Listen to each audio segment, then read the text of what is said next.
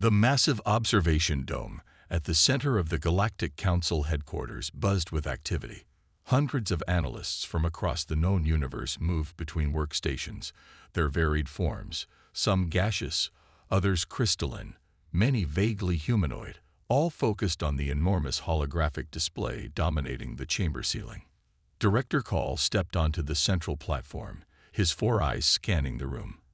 Though he appeared outwardly calm, his inner eyelids flickered rapidly, a sign of tension only his closest associates would recognize. "Status report," he commanded. Researcher Tarn approached, the data tablet in his tentacles displaying the latest findings. "Director, we've completed initial scans of the 7th sector. Still nothing that matches the threat assessment parameters you established." Call nodded slowly. "Expand the search radius. We cannot afford to overlook anything." The Galactic Council had thrived for 12,000 years through careful management of interstellar relations. Central to their success was the careful assessment of new species before any contact occurred. The most dangerous species required special protocols, or sometimes complete avoidance. "Sir, if I may," Tarn's voice lowered. "Project Terminus is consuming resources at an unprecedented rate. Some council members are questioning." "Let them question," Call interrupted. 3 centuries I've served this division. I've seen 16 civilizations destroy themselves, and 2 nearly destroy us. This project continues. Project Terminus had begun as a simple classification exercise, categorize known species by their threat potential. Now it had evolved into something far more ambitious, identifying which species in the universe possessed the highest lethal potential before that potential could be realized. At the far side of the dome, Analyst Mira ran her hands through the glowing data streams, manipulating variables with practiced gestures. "Director, we're getting unusual readings from Sector 9G. Call moved to her station. "Show me." The holographic display shifted, zooming to a spiral galaxy, then to a particular arm, then to a yellow star with 8 planets. "The 3rd planet," Mira pointed. "The algorithms keep flagging it, but I've checked the biological scans 3 times. The dominant species doesn't appear remarkable. No natural weapons, average strength, standard sensory capacity. Yet our threat assessment keeps triggering," Call mused. "Run it again with different parameters." The system hummed as calculations flowed. Again, the same planet glowed red in the display. "Curious," Call said. "Prepare an observation team. I want eyes on this world." Senior Tactician Dorn joined them, his metallic skin reflecting the blue light of the displays. "Sir, with respect, we have higher priority candidates. The Draconians have developed interstellar capability, and the Void Dwellers have shown aggressive territorial expansion.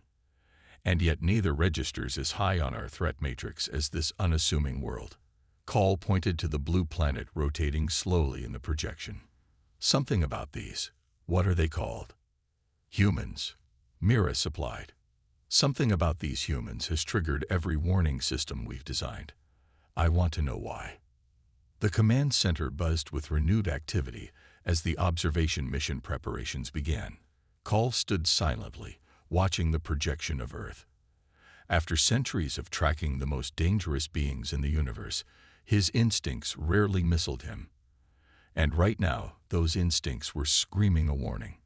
"Log an official notation," he told his personal assistant. "Project Terminus has identified candidate species Homo sapiens for priority assessment. Classification: potentially lethal. Approach with extreme caution." Little did he know that this simple classification would soon shake the foundations of everything the Council believed about predatory species in the universe. The observation vessel Silent Watcher entered the Sol system under complete stealth protocols. Its skin, designed to absorb rather than reflect light, made it nearly invisible against the backdrop of space. Inside, a team of 12 specialists prepared their equipment. "Final checks complete," Lead Observer Vex announced, his translucent fingers dancing across the control panel. "We're maintaining position beyond the orbit of their furthest planet." Researcher Lori adjusted her monitoring equipment. Passive scans only. Let's not alert them to our presence. The mission had been underway for 3 standard cycles now. What had begun as a routine threat assessment had grown increasingly puzzling. The data they collected seemed contradictory, almost impossible. These readings can't be right, Vex muttered, reviewing the biological scans for the 4th time. Run the algorithm again. Lori sighed but complied. I've run it 6 times already. The results won't change. The central display flickered and once again highlighted Earth with a pulsing red glow, the highest threat designation in the Council's classification system. I don't understand, Vex said, frustration evident in his voice. They're physically unimpressive. No natural armor, no venom, no extraordinary strength or speed. And yet, Lori gestured at the historical data they'd gathered by tapping into Earth's information networks. The screens filled with images of human warfare throughout their history. Look at this progression, she continued. From simple stone tools to nuclear weapons in less than 10,000 years. That's an unprecedented rate of weaponization. Vex shook his head. Many species develop weapons quickly once they achieve industrial capability. But not like this. Tactical specialist Noor joined the conversation. Most species develop weapons in response to external threats. Humans create weapons to use against themselves. The team gathered around the main display as Noor brought up comparison charts. The Draconians took 50,000 years to progress from simple tools to energy weapons. The Void Dwellers, 30,000 years. Humans? Less than 10,000. And look at this. She pointed to another dataset. The gap between discovering atomic theory and creating atomic weapons, just a few decades. That can't be right, Vex whispered. It is, confirmed biology specialist Tam. And there's more. Their physical adaptations are unusual. They can't run as fast as many predators on their own world, yet they've evolved as persistence hunters. They chase prey until it collapses from exhaustion. So they're stubborn, Vex replied. That hardly makes them the most dangerous species in the galaxy. Lori pulled up new data. It's not just stubbornness. Look at their environmental adaptability. They live in deserts, Arctic regions, jungles, mountains, all with minimal technological assistance. Most species specialize in one environment. The ship's AI interrupted with a priority alert. Anomalous behavior detected. Recommend immediate observation. The main screen shifted to show a human settlement in a desert region. Temperatures there were approaching lethal levels, yet humans were competing in what appeared to be a running event across the scorching landscape. They're doing this, voluntarily, Vex asked incredulously. For recreation, Noor confirmed. They call it an ultramarathon. They push their bodies to the absolute limit, for fun. Director Call's voice came through the communication system. Report your findings, Observer Vex. Vex hesitated before responding. Sir, our initial findings are troubling. The threat assessment algorithm wasn't malfunctioning. These humans, they're unlike anything we've cataloged before. Not because they're the strongest or fastest, but because they simply don't stop. They adapt, they persist, and most alarmingly, they seem to actively seek challenges that should kill them. The communication remained silent for a long moment before Call replied. Continue observation. I'm sending additional research teams. Something about these humans has triggered every warning system we've designed, and I intend to find out exactly what that means for the safety of the Council. As the transmission ended, the crew watched silently as the humans on the screen continued their punishing race across the desert, pushing forward despite conditions that would have stopped most species in the known galaxy. The emergency briefing room aboard the Galactic Council's headquarters ship hummed with nervous energy. Senior analysts and biological warfare specialists crowded around the central holographic display, their faces illuminated by the blue glow of Earth rotating slowly before them. This meeting will come to order, Director Call announced, his voice cutting through the murmurs. Observer Vex, present your findings. Vex stepped forward, visibly uncomfortable. Director, after 30 days of continuous observation, Our team has compiled extensive data on human biology, psychology, and social structures. The results are unsettling. The hologram shifted to display human anatomical details alongside comparison charts with other known species. Humans shouldn't qualify as apex predators by any conventional metric, Vex continued. They lack natural weapons. No claws, minimal teeth, average bite strength. Their skin offers virtually no protection against physical attacks or environmental hazards. Analyst Mira interrupted, her frustration evident. Then why do they consistently rank as the most dangerous species in our assessments? There must be an error in our methodology. That's what we believed initially, Vex agreed, until we looked deeper. He gestured, and the display changed to show humans in various environments across Earth: Arctic wastelands, scorching deserts, dense jungles, and high mountains. Most predatory species evolve for specific hunting environments. Humans evolved as generalists but excel as predators in virtually every biome on their planet. They call it adaptability. We have no comparable example in our records. Biology specialist Ham took over, her 8 fingers manipulating the display to zoom in on human cellular structures. Their endurance capabilities are remarkable. While many species on their planet can outrun humans in short bursts, humans can maintain moderate activity for extraordinary periods. They literally chase prey until it collapses from exhaustion. That's hardly unique, objected Council Member Drez, his scaled skin reflecting the blue light. The Marheen of Sector 7 have similar hunting strategies. The Marheen evolved specialized respiratory systems, Tam countered. Humans achieve this through basic but effective thermal regulation, sweating, combined with remarkable psychological endurance. They simply refuse to stop. The room grew quiet as the implications settled in. There's more, Vex said softly. Their wound response and healing capabilities. The display showed medical footage of human recovery from various injuries. While not regenerative like some species, their ability to survive trauma exceeds what their biology suggests should be possible. Broken bones, severe lacerations, blood loss that would kill most comparable species, humans frequently survive them all. Interesting, but still not qualifying them as the most lethal species, Mira pressed. That's where their social structures come in, said behavioral analyst Reed, stepping forward. Most predatory species compete within their groups. Humans compete too, but they also demonstrate unprecedented cooperation when faced with external threats. The display shifted to historical footage of human warfare. They fight each other constantly, yet that conflict drives innovation at rates we've never observed elsewhere. In less than 10,000 years, they'd gone from simple stone tools to splitting atoms and exploring their local space. And every technological advance is rapidly adapted for combat purposes. Director Call raised a hand, silencing the growing murmurs. What is your assessment? Observer Vex. Are they an imminent threat to Council security? Vex hesitated. Not imminent, no.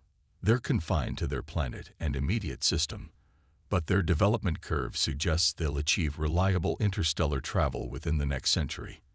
And when they do, they'll bring with them this remarkable capacity for adaptability, persistence, and weaponization. Call finished. Precisely, Vex nodded. And there's one more factor that's perhaps most concerning of all.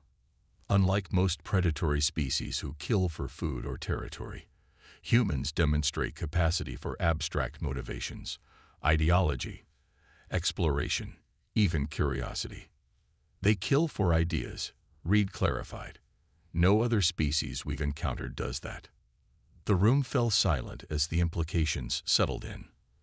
On the display, Earth continued its peaceful rotation, the blue planet showing no outward signs of housing what might be the most dangerous species yet encountered in the Council's long history. Continue observation, Director Call ordered finally, and upgrade the threat assessment to Category Alpha. Whatever we thought defined a lethal species, these humans are rewriting our understanding. The observation fleet expanded to 7 vessels, each positioned strategically around Earth's solar system. The Council had never dedicated so many resources to studying a single pre-interstellar species, but the initial findings demanded thorough investigation. Inside the command ship, historian Quinn addressed the assembled research team. His species lived for millennia, making him uniquely qualified to analyze the rapid development of human civilization. "We've completed our historical analysis," Quinn began, his voice grave. "I studied over 3,000 civilizations across our known universe. None, I repeat, none, have followed the trajectory we see with humans." The main display activated, showing a timeline of human development. Most species take hundreds of thousands of years to progress from simple tools to basic metallurgy. Humans accomplished this in roughly 10,000 years. Quinn pointed to key points on the timeline. From their first cities to landing on their moon took them less than 10,000 years. The acceleration is unprecedented. Researcher Vex frowned. But surely other species developed quickly once they discovered scientific principles. "Yes and no," Quinn replied. "What's unique about humans is not just the speed but the pattern of their advancement. Most species develop technologies to address specific environmental challenges. Humans do this too, but they also create technologies with no immediate survival benefit." The display shifted to show examples: art, music, games, sports. "They call it culture," Quinn continued. "And while other species have cultural behaviors, humans invest enormous resources into these activities. Then, and this is the crucial part, they leverage cultural innovations for survival advantages." The display showed early human musical instruments alongside military drums and signal horns. "They developed music for enjoyment, then adapted it for military communication," Quinn explained.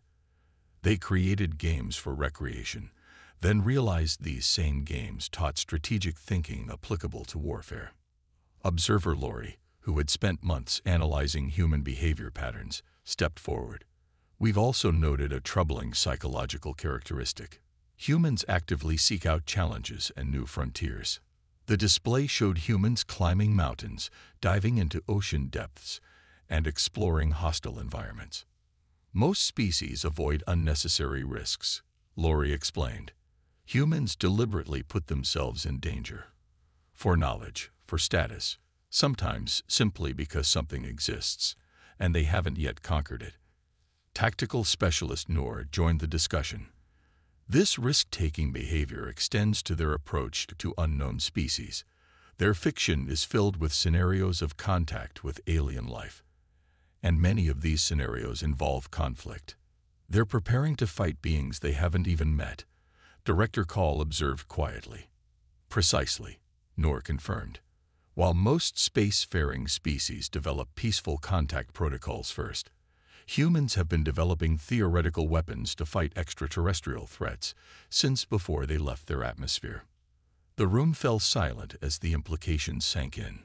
Biology specialist Tam brought up new data. "There's another factor we've observed. Humans have spread to nearly every environment on their planet, from Arctic regions to deserts, from mountain peaks to underwater habitats. No other known species has demonstrated this level of environmental adaptability without significant biological evolution." The display showed humans living and working in environments that should have been lethal to their physiology. Instead of evolving biologically to suit their environment, they reshape their environment or create technological solutions, Tam continued. "When faced with a problem, they don't wait for evolution. They innovate immediately." Director Call studied the displays thoughtfully. "So we have a species that advances at unprecedented speed, deliberately seeks out challenges, prepares for conflicts with unknown entities, and adapts to any environment not through biological evolution, but through technological innovation.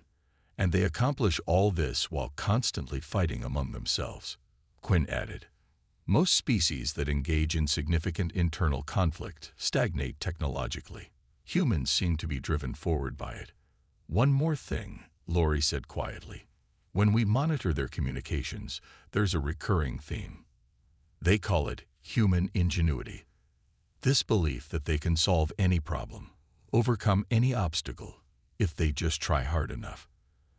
And the troubling part is, their history suggests they might be right. Director Call's expression darkened. Continue the analysis. I want to understand exactly what we're dealing with before they reach the stars. The presentation chamber in the Galactic Council headquarters had never been so full. Representatives from 32 spacefaring civilizations gathered to hear the latest findings from Project Terminus. The atmosphere was tense. Rumors had spread about a previously unknown species that had scored the highest threat assessment in Council history. Tactician Noor stepped onto the central platform, her military background evident in her precise movements. Behind her, the holographic display activated, showing Earth from orbit, a seemingly peaceful blue planet.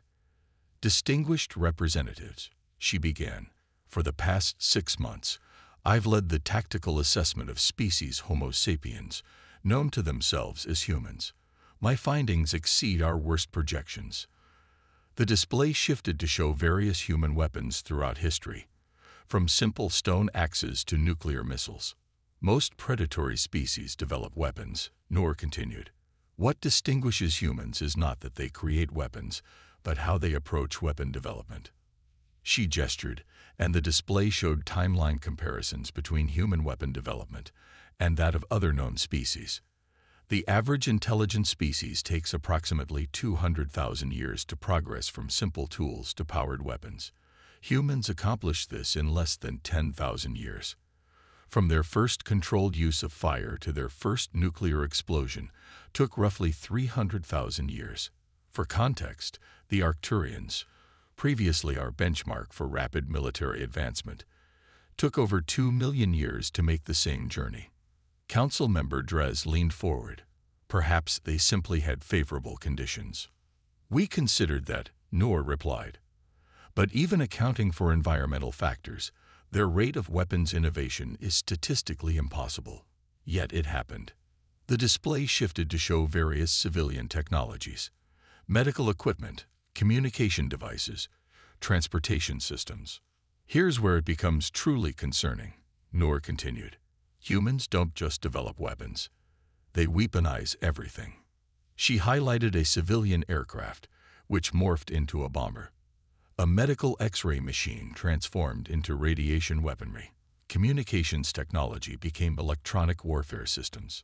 On average, it takes humans less than a decade to adapt any new technology for military applications. No other species has demonstrated this pattern so consistently. The chamber fell silent as the implications sank in. But there's more, Noor said quietly. They've weaponized the very building blocks of their reality. The display showed chemical formulas, atomic structures, and mathematical equations. They weaponized chemistry to create poisons that kill in microscopic amounts. They weaponized biology to create diseases that could wipe out entire populations. They weaponized physics to harness the power of atoms. And perhaps most disturbingly, they weaponized mathematics itself, creating encryption and algorithms that power their war machines. Director Call joined her on the platform. Tactician Noor, in your professional assessment, what makes humans unique among weapon-making species? Noor considered the question carefully. Most species develop weapons in response to specific threats. Humans create weapons in anticipation of threats that don't yet exist. They call it deterrence, the idea that having the most destructive capability prevents others from attacking them. And does it work? Asked a representative from the peaceful Saurian Federation. Among themselves, partially, Noor admitted. But it has led to a constant arms race, with each human nation seeking advantage over others. The result is a perpetual cycle of weapons innovation. The display showed the current state of human military technology: supersonic aircraft, precision-guided missiles, cyber warfare capabilities, and experimental directed energy weapons. Their current military technology remains confined to their planet and immediate space, Noor concluded. But their trajectory is clear. Within a century, they will likely achieve reliable interstellar travel. When they do, they will bring with them this unique approach to technology, the instinct to weaponize everything they discover. Director Call addressed the silent chamber. We convened this meeting not to cause alarm, but to prepare. Whatever we thought we knew about dangerous species, these humans are redefining our understanding. They don't just make weapons. They transform their entire reality into potential weapons. The Council representatives exchanged troubled glances as Earth continued rotating peacefully in the holographic display, giving no outward sign of the lethal potential developing on its surface. The Grand Chamber of the Galactic Council fell silent as Director Call took the central podium. The curved walls, designed to represent the spiral arms of the galaxy, glowed with a soft blue light. Representatives from all major civilizations sat in tiered seats, their diverse forms, some gaseous, others crystalline, many vaguely humanoid, all focused on the ancient director. After one full standard year of intensive study, Project Terminus had reached its conclusion. The question that had driven the massive research initiative would finally be answered. Which species posed the greatest threat to galactic stability? Esteemed council members, Call began, his voice steady despite the gravity of the moment. For 12 millennia, our collective has maintained peace through understanding. We study potential threats before they can become actual threats. Today, I present our findings on what may be the most significant potential threat we have yet encountered.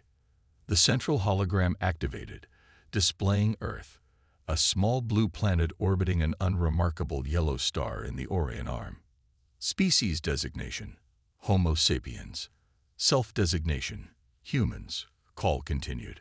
When our algorithms first identified this species as potentially the most dangerous in our catalog, we assumed computational error. How could a physically unimpressive, technologically limited species confined to a single planet outrank the Void Dwellers or the Draconians? He gestured, and the display shifted to show comparison charts. Humans aren't the strongest species we've encountered. The Titans of Rigel can lift 50 times their body weight. Humans aren't the fastest. The Sylphids of Deneb can move at 3 times human maximum speed. They don't possess natural weapons, venom, or extraordinary sensory capabilities. A murmur ran through the chamber. Council member Voss, his crystalline form catching the light, spoke. Then why have they triggered our highest threat assessment protocols? Because our initial parameters were too narrow, Call replied. We searched for individual traits, strength, speed, natural weapons. What makes humans uniquely dangerous is their combination of traits. The display shifted to show humans in various settings, fighting wars, exploring harsh environments, building complex machines. First, their stamina exceeds almost any predatory species. They can continue physical activity long after most species would collapse from exhaustion. Second, their problem-solving capabilities allow them to overcome limitations through technology rather than evolution. Third, their social cooperation enables them to combine individual strengths into collective action. The chamber remained silent, all eyes fixed on the display. But the most concerning trait, Call continued, is their drive to overcome limitations. When faced with an obstacle, humans don't accept it. They obsess over it. They dedicate enormous resources to solving problems that pose no immediate survival threat, simply because these problems exist. Research specialist Tam joined Call at the podium. We've compared human development to all known species in our database. No other species has advanced from stone tools to space exploration so rapidly. Their technological progression isn't linear, it's exponential. Are they an immediate threat? Asked Representative Jor of the Merchant Alliance. No, Call answered firmly.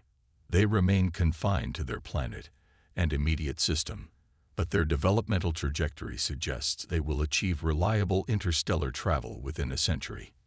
When they do, their expansion will likely be explosive rather than gradual. Council leader Zarin rose from her seat, her luminescent skin pulsing with concern. What is your recommendation, Director Call? Call looked around the chamber, meeting the eyes of each representative before answering. My recommendation is unprecedented, but so is this situation. Earth and humanity should remain under observation, but standard first contact protocols must be completely rewritten before any approach is considered. You suggest isolation? Zarin asked. I suggest caution, Call corrected. Humans aren't malevolent by nature. They're curious, resourceful, and remarkably adaptable. These traits could make them valuable allies, or devastating opponents. How they're approached will likely determine which path they take. The council chamber erupted in discussion. On the display, Earth continued its peaceful rotation, the blue planet showing no outward signs of housing what the Galactic Council had now officially classified as the most potentially lethal species in known space. Call watched the debate unfold with mixed emotions. After 3 centuries assessing threats, he had never encountered a species so paradoxical, so average in physical capability, yet so exceptional in potential impact. The Council's decision would shape galactic policy for centuries to come. The observation outpost Vigilant Horizon drifted silently at the edge of Sol's heliopause. From this distance, Earth appeared as nothing more than a pale blue dot, insignificant against the vast backdrop of space. Yet this small outpost represented the largest long-term monitoring operation in the Galactic Council's history. Inside the command center, Director Call stood before the viewport, his aged eyes fixed on the distant sun. After 50 years leading Project Terminus, this would be his final inspection before retirement. Status report, he requested quietly. Station Commander Wren approached, offering a datapad. All monitoring systems functioning at optimal capacity, Director. We're tracking 1,273 human satellites, 14 deep space probes, and all major Earth communications networks. Call nodded, scrolling through the information. Any significant developments since my last visit? Several, Wren replied. They've established a permanent base on their moon and a small colony on their neighboring planet Mars. Their quantum computing capabilities have advanced considerably, and they've begun theoretical work on faster-than-light travel, though they're still far from practical application. Junior Analyst Pike approached hesitantly. Director, if I may ask the question we've all been wondering, why maintain such extensive observation when humans are still decades from achieving interstellar capability? Call turned from the viewport, studying the young analyst. In Pike's features, he saw the same curiosity that had driven his own career centuries ago. Walk with me, Call said, gesturing toward the observation deck. As they moved through the station's curved corridors, Call considered how to explain the complexity of humanity to someone who had only studied them through data and distant observation. The Council voted to maintain this station for one simple reason, Call finally said as they reached the observation deck. In all our millennia of cataloging species across 57 galaxies, we've never encountered one with humanity's particular combination of traits. The observation deck's panoramic windows offered a stunning view of the solar system, with Earth a tiny blue pinpoint in the distance. Most species follow predictable development patterns, Call continued. They advance technologically at relatively steady rates. They expand outward for resources or living space. Their motivations remain consistent over time. He gestured to Earth. Humans defy these patterns. Their technological development isn't linear, it's exponential. In the 50 years since Project Terminus began, they've advanced more than most species do in 500 years. Pike frowned. But they still fight among themselves. Their planet remains divided into competing nations. And that, Call said quietly, is perhaps the most frightening aspect of all. Despite constant internal conflicts, they continue this remarkable advancement. Imagine what they might accomplish if they ever truly united. The station's alert system chimed softly, indicating an incoming transmission from Earth. The main display activated automatically, showing fragments of human television broadcasts, internet communications, and radio signals, the continuous stream of information that the outpost collected and analyzed. Look at them, Call said, pointing to images of humans exploring ocean depths, scaling mountains, and launching rockets. They push constantly against their limitations. When faced with an impossible problem, most species eventually accept the impossibility. Humans see impossibility as a temporary state, a challenge to overcome. Pike watched the stream of human activities with newfound appreciation. So we watch and wait.